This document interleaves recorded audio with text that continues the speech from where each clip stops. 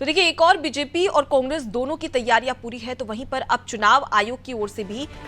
निष्पक्ष तरीके से, पारदर्शिता तरीके से, स्वतंत्र तरीके से चुनाव कराने की कोशिश शुरू हो चुकी है। तो लोकसभा चुनाव 2024 जहां मतदान कराने पर निर्वाचन आयोग का फोकस है, सीईसी की गाइडलाइन का अनुपालन कराया जा रहा है, साथ ही ईसीआई की गाइडलाइन के तहत भी तैयारियां की जा रही है। देखिए, मतदान के समय निर्वाचन आयोग का एक ही फोकस रहता है कि इस प्रकार से स्वतंत्र, निष्पक्ष और पारदर्शिता तरीके से चुनाव करवाया जा सके और ज्यादा से ज्यादा जो मतदाता है वो अपने मताधिकार का प्रयोग कर सके, इसी पर फोकस होगा। लेकिन सबसे बड़ी बात कि सीईसी की गाइडलाइन का पालन करवाना भी बेहद ज्यादा जरूरी हो जाता है और इसी को लेकर अब निर्वाचन आयोग तैयारियों में जुटा हुआ है। क्या तैयारियां है, किस प्रकार से अनुपालन कराया जाएगा, इसकी जानकारी भी ले लेते हैं। सोनू हमारे साथ में लगातार जुड़े हुए हैं। सोनू, एक और तमाम जो पार्टियां हैं वो उत्तराखंड में दम भर रही है,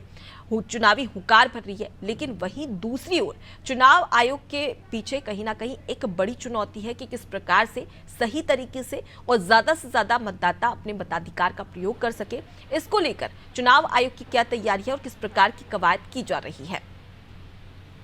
देखिए, राज्य के जो मुख्य निर्वाचन अधिकारी हैं बीवीआरसी पुरुषोत्तम, उनके नेतृत्व में लगातार सभी तैयारियों को अंतिम रूप दिया जा रहा है और वो स्वयं प्रत्येक दिन जो चुनाव की ड्यूटी में लगे हुए अधिकारी हैं, कर्मचारी हैं, जो ड्यूटी पर तैनात हैं, उन सबसे न सिर्फ फीडबैक ले रहे हैं बल्कि व्यवस्थाओं में क्या तब्दीली की जा सकती है, कैसे व्यवस्थाओं को तय समय में मुकम्मल किया जा सकता है, इस पर लगातार फोकस किया जा रहा है। और चूंकि जो निर्वाचन आयोग है वो पांचों की पांच लोकसभा सीटों को जनपद के स्तर से भी जो तैयारी है उनको मुकम्मल कर रहा है। अलग अलग अधिकारियों को, विशेष अधिकारी, आईएएस अधिकारी हैं, विभागों के मुखिया हैं, विभागों के अन्य कर्मचारी अधिकारी हैं, उन सभी से समन्वय स्थापित कर रहा है। और इसके साथ साथ चाहे वो वाहनों की व्यवस्था हो, वाहनों की व्यवस्था के तहत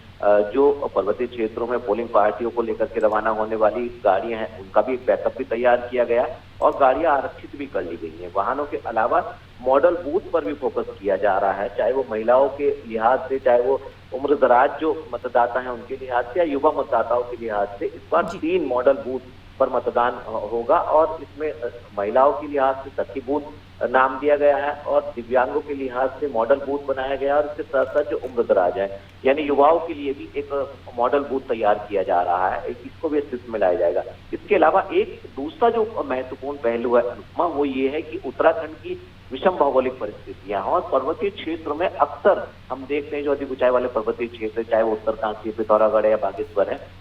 कुछ ऐसे मतदान केंद्र जहाँ पल पल मौसम का मिजाज बदलता रहता है। ऐसे में मौसम जो है वो मतदान के दौरान बाधा उत्पन्न न करे, इसके लिए जो संबंधित विभाग के अधिकारी हैं उनको भी निर्वाचन अधिकारी ने ये दिशा निर्देश दिए हैं कि जो जरूरी व्यवस्थाएं हैं उनको मुकम्मल कर लिया जाए। तो ये कोशिश की जा रही है कि ज्यादा से ज्यादा जो मतदान का लक्ष्य रखा है वो पूरा किया जा सके और इसमें जहां पर जिस स्तर की भी आवश्यकताएं हैं उनका सहयोग निरंतर लिया जा रहा है। जी, तो लौटूंगे आपके पास में सोनू, आगे भी आपसे खबर पर अपडेट लेंगे। तो देखिए, लोकसभा चुनाव 2024 की तैयारी में चुनाव आयोग भी जुटा हुआ है। निष्पक्ष तरीके से चुनाव कराने की कोशिश यहाँ पर चुनाव आयोग की ओर से की जा रही है और इसी के तहत गाइडलाइन भी जारी की जाएगी और उसके तहत चुनाव आयोग की ओर से चुनाव करवाया जाएगा।